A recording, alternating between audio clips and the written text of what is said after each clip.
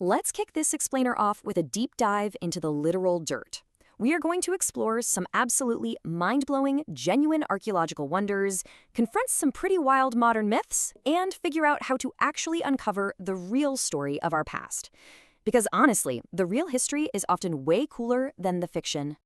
So, to get us started, we really have to ask ourselves, why are we just so captivated by the unknown? Whether we're looking at a bizarre, unexplained physical artifact sitting right in front of us, or hearing some massive sweeping theory about a lost global civilization, our brains just crave answers. We naturally want to fill in those blank spaces. And, sometimes those blanks are completely real. I mean, even after centuries of serious research, we still stumble upon totally authentic, unsolved puzzles. Take the Roman dodecahedron. Over 120 of these weird 12-sided bronze objects have been dug up across the old Roman Empire, mostly dating back to the 2nd to 4th centuries. And get this, there are over 50 different theories on what they were actually used for. We're talking everything from artillery rangefinders and knitting spools for gloves, all the way to deeply symbolic representations of the universe used by Druids. The actual truth? We still have absolutely no idea. And honestly, genuine mysteries like that just go to show that the ancient world was already incredibly advanced without any outside help. Just look at this 2,000-year-old skull found in Peru. This person suffered massive, severe head trauma, but then somehow underwent complex cranial surgery. They literally had a carefully shaped metal plate implanted right over the damage.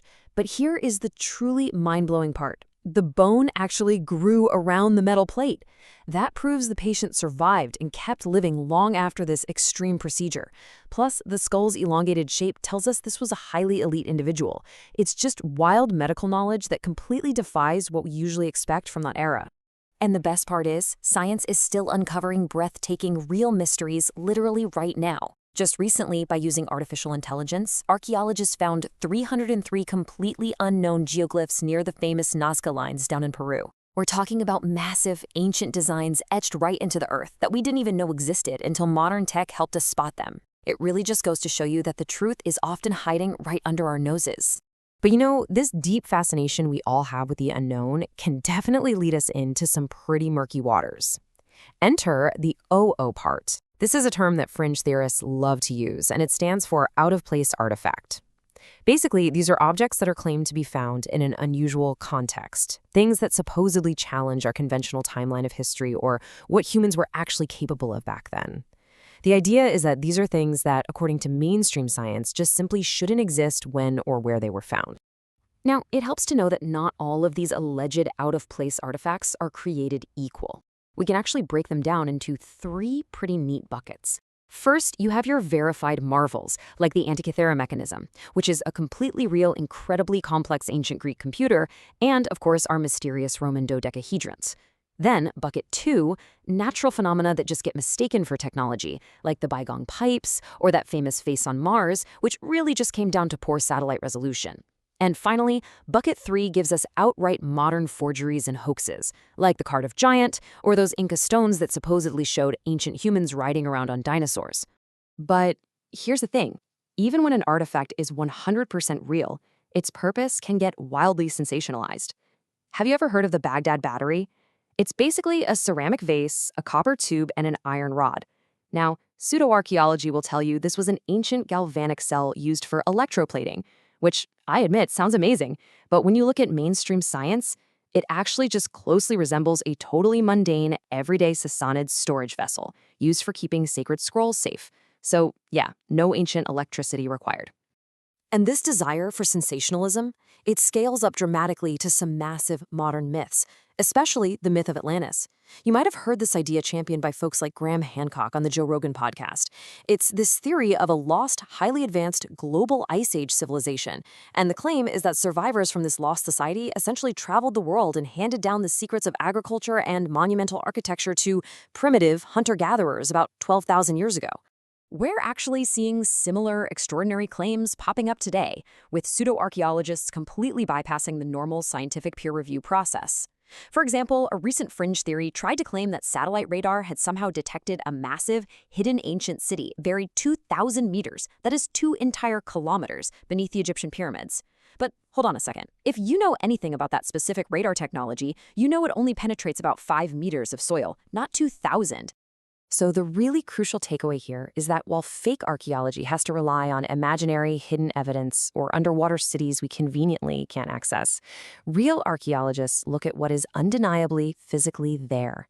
The archaeologist Flint Dibble sums it up perfectly. He literally just roots through the trash of people from a long time ago. He points out that surveys show people lie all the time. We say we eat healthier than we do. We say we drink less. But our garbage? The trash never lies. It's honestly the absolute best way to figure out who ancient people actually were. And it's incredible because we can track this real history with absolute precision. For instance, by just analyzing the physical scars on ancient charred wheat seeds, we can literally pinpoint the exact moment humans domesticated plants. See, wild wheat has a brittle attachment, meaning the seeds fall off easily so they can plant themselves.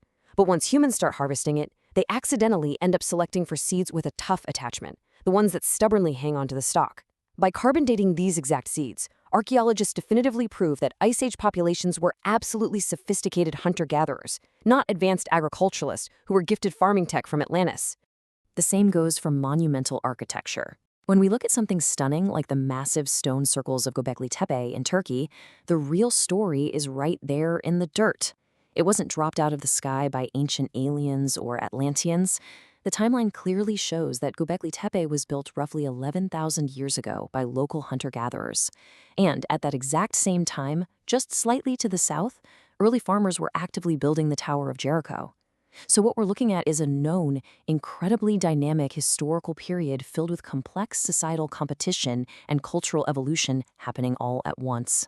We definitely don't need alien intervention to explain how the pyramids of Giza were built either. Why? Because we literally have the receipts. Archaeologists uncovered the Red Sea Scrolls, which include this amazing document called the Diary of Merer.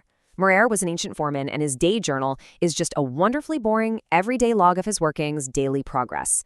It specifically details his crew moving limestone blocks on boats from the quarry at Tura straight over to Giza to build the pyramid for King Khufu. It is the ultimate mundane proof.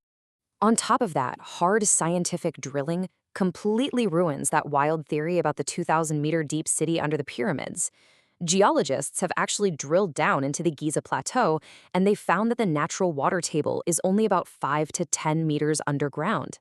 Meaning, as one archaeologist hilariously pointed out, any secret city 2,000 meters down wouldn't be a lost civilization. It would literally be a habitat for Aquaman. The whole thing would be entirely underwater. Now, you might be wondering, okay, so what? Why does this all actually matter? Well, because fake archaeology isn't just innocent storytelling. It does real-world harm. Historically, these myths have actively been used to delegitimize indigenous cultures. The myth of Atlantis, for instance, was actually cited by President Andrew Jackson to deny Native Americans credit for building massive earthwork mounds, which helped justify the horrors of the Trail of Tears.